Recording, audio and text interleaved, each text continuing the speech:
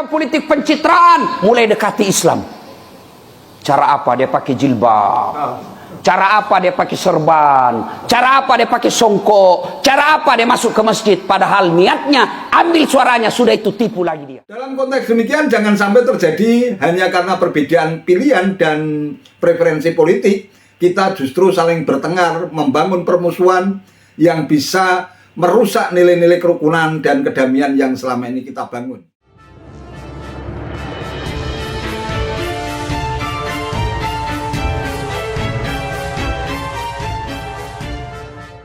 Assalamualaikum warahmatullahi wabarakatuh. Salam sejahtera untuk kita semua. Salam budaya.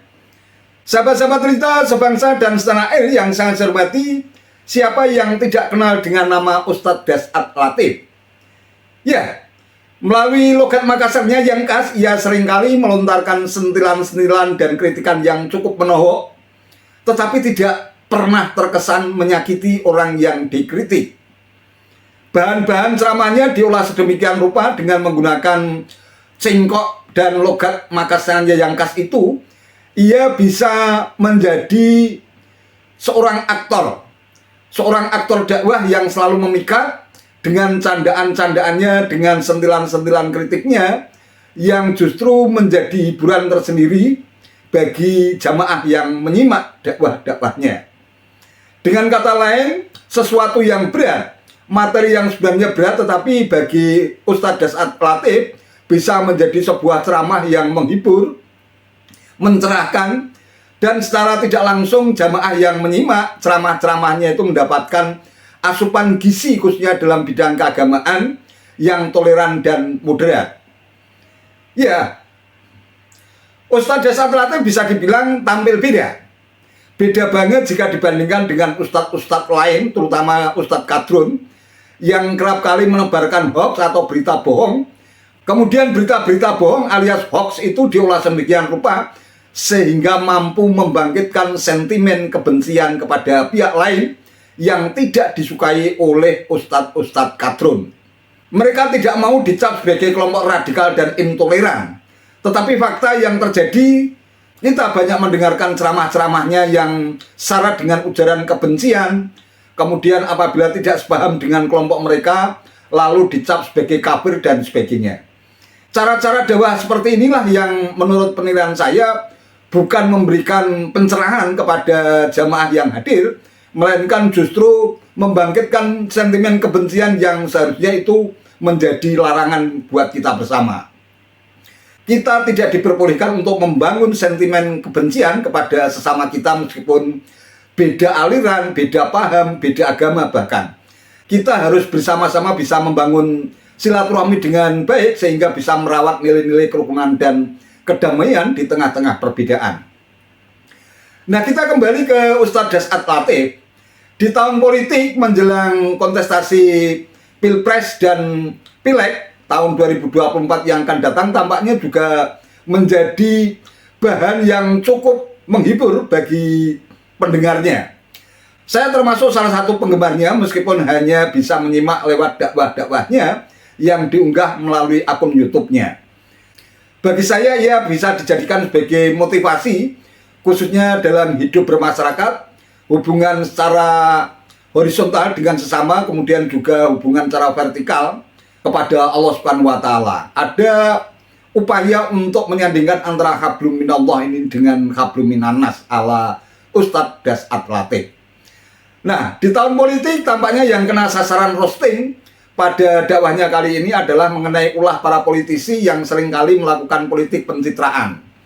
Politisi yang semula itu tidak pernah memakai peci, tidak memakai ketu, atau memakai jubah, tiba-tiba saja ia rajin datang ke masjid, kemudian menggunakan busana atau aksesoris yang identik dengan muslim yang taat.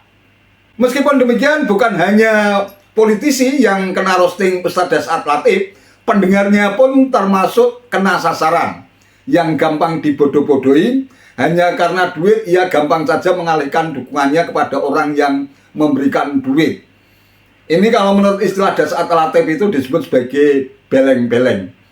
Nah, untuk lebih jelasnya mari kita simak dakwahnya yang pendek ini. Sebentar lagi tahun politik, ganti-ganti bulan 2023. 2023 mulai makin dikasih main-main. Mulailah umat Islam dipermainkan. Mulailah umat Islam dibujuk-bujuk. Mulailah umat Islam dirayu-rayu. Orang-orang politik jahat, orang-orang politik licik, orang-orang politik munafik, orang-orang politik pencitraan mulai dekati Islam. Cara apa? Dia pakai jilbab. Cara apa dia pakai serban? Cara apa dia pakai songkok? Cara apa dia masuk ke masjid? Padahal niatnya ambil suaranya, sudah itu tipu lagi dia.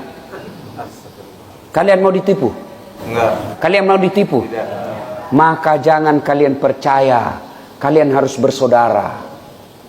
Boleh kau beda politik, beda kau boleh partai, boleh kau beda pilihan, boleh kau beda caleg, boleh kau beda pilpres, tapi jangan kau bercerai-berai. Bodoh kalian kalau gara-gara politik kalian bercerai-berai. Bodoh kalian kalau gara-gara politik, janji-janji kampanye kalian bertengkar sama tetangga. Goblok. Beleng-beleng. Tahu beleng-beleng? Dongo. Tahu dongo? Beleng-beleng. Tahu beleng-beleng? Ya kaulah itu yang suka digadu-adu. Jangan.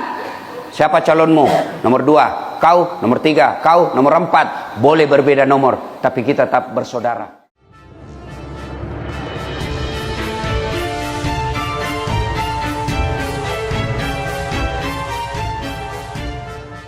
Sahabat-sahabat Lintas Bangsa dan Setanah Air yang sangat saya hormati, ustadz-ustadz yang tampil beda seperti Ustadz Dasat Latif inilah sebenarnya yang sangat kita butuhkan di negeri yang penuh dengan kebinekaan ini. Ia tergolong sebagai seorang pendakwah yang sangat toleran dan moderat, tidak pernah ada niat atau mens rea untuk membangun sentimen kebencian kepada para jamaahnya untuk membenci, apalagi menyakiti pihak lain. Justru di tengah-tengah perbedaan yang merupakan sunatullah, karena perbedaan itu tidak mungkin bisa diingkari, maka Ustadz Dasat Latif berusaha untuk mencari jalan tengah bagaimana membangun keharmonisan di tengah-tengah kehidupan sosial yang begitu majemuk. Manusia memang pada dasarnya adalah makhluk politik, son politikon. Ini kalau menurut Aristoteles ya.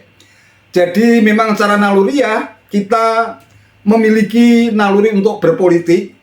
Hanya bedanya ada yang bermain politik melalui jalur struktural, melalui partai politik misalnya menjadi kader partai, atau mungkin juga menjadi pejabat publik yang dipilih melalui jalur politik.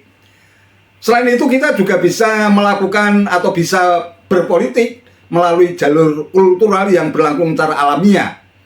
Kita secara naluriah pasti juga ingin mengomentari berbagai persoalan politik yang sedang mencuat ke permukaan, sehingga mungkin saja ada yang belum punya keberanian untuk berekspresi, untuk mengekspresikan sikap politiknya kepada orang lain di tengah-tengah kehidupan masyarakat. Cenderung diam, tetapi secara naluriah mereka memiliki preferensi politik tertentu.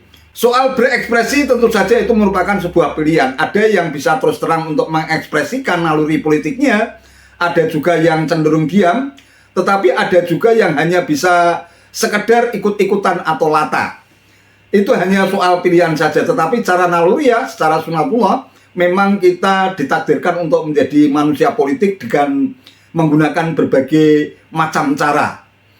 Itulah sebabnya setiap kali memasuki tahun politik, entah itu pilpres, pileg, kemudian ada juga pilkada, baik itu pemilihan gubernur, kemudian juga pemilihan bupati, wali kota, bahkan sampai di tingkat desa. Semua bisa dijadikan sebagai media untuk mengekspresikan naluri berpolitik kita, sepanjang ideologi politik yang kita salurkan jangan sampai menyakiti orang lain, seperti pesan menohok yang disampaikan oleh Dasat Latif tadi.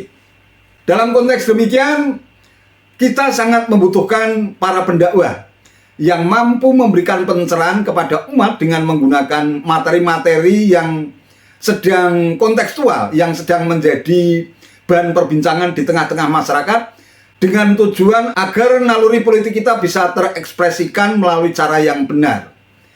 Berpolitik tentu saja sah-sah saja, bahkan secara naluriah memang itu hak kita. Hanya saja yang penting diperhatikan bahwa dalam mengekspresikan naluri politik kita, kita juga perlu memperhatikan fatsun atau kearifan di dalam berpolitik. Kalau ada cara-cara yang benar, tidak sampai menyakiti orang lain, apalagi sampai membangun sentimen kebencian, mengapa kita harus menggunakan cara-cara yang bisa membuat situasi justru semakin gaduh? Termasuk dalam pilihan preferensi politik ini tentu saja menjadi hak kita sepenuhnya, yang tidak bisa diintervensi atau dicampuri oleh pihak manapun. Dalam konteks demikian, perbedaan pilihan politik dan preferensi politik jangan sampai kita jadikan sebagai sumber perpecahan di tengah-tengah kehidupan masyarakat kita. Apalagi demokrasi atau kontestasi demokrasi ini akan selalu berlangsung setiap 5 tahun sekali. Ini artinya kalau sampai setiap 5 tahun kita bertengkar dengan tetangga, dengan saudara kita sendiri hanya karena perbedaan pilihan politik, tentu saja ini akan menjadi sebuah presiden buruk. Nilai-nilai kerukunan, nilai-nilai kedamaian yang selama ini kita rajut, kita kuatkan melalui tali silaturahmi akan hancur dan tercerai-berai hanya karena persoalan perbedaan pilihan politik. Nah, oleh karena itu, mari kita sambut Pilpres dan Pileg pada tanggal 14 Februari 2024 nanti dengan penuh kegembiraan, dengan penuh nilai-nilai silaturahmi dan persaudaraan meskipun kita memiliki pilihan politik masing-masing.